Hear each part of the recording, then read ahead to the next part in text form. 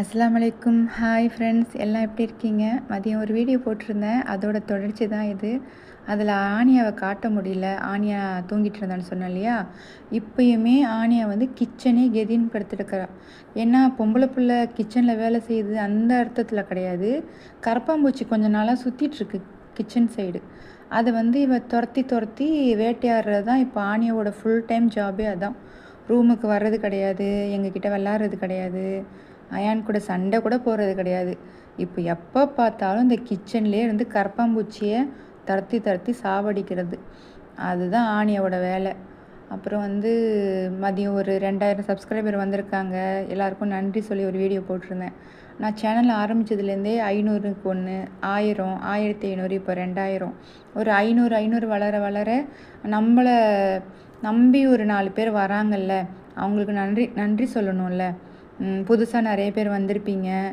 Already நம்ம பழைய சப்ஸ்கிரைபரும் இருப்பீங்க. நம்மளை பற்றி தெரியும், நம்ம பசங்களை பற்றி தெரியும். புதுசாக வந்தவங்களுக்குலாம் தெரியாது இல்லையா? அவங்களுக்காக தான் இந்த வீடியோ. அயான், ஆனியா 2 பசங்க.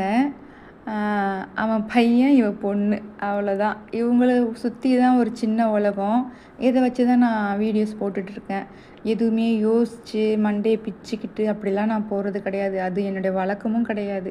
அப்படியே போகிற போக்கில் அன்னன்னைக்கு என்ன நடக்குது, என்ன பண்ணுறாங்க பசங்க, என்ன நம்மளை சுற்றி என்ன நடக்குது, சில விஷயம் அப்படியே என்னென்ன இருக்குதோ அதை மட்டும் நான் பேசி போட்டுட்ருக்கேன்.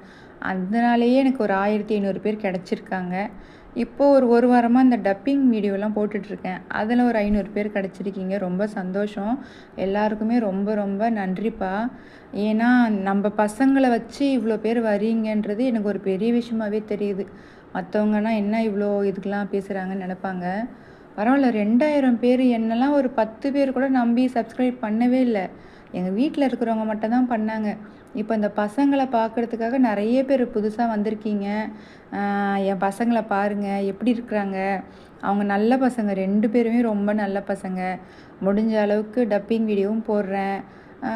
பழைய சப்ஸ்கிரைப்லாம் ஒருத்தங்க கேட்டிருந்தாங்க, நீங்கள் பேசியே போடுங்கன்னு. அவங்களுக்காகவும் இந்த வீடியோ தான். எல்லோரும் எப்படி இருக்கீங்க? என் பசங்களை பற்றி வீடியோ தான் வரும்.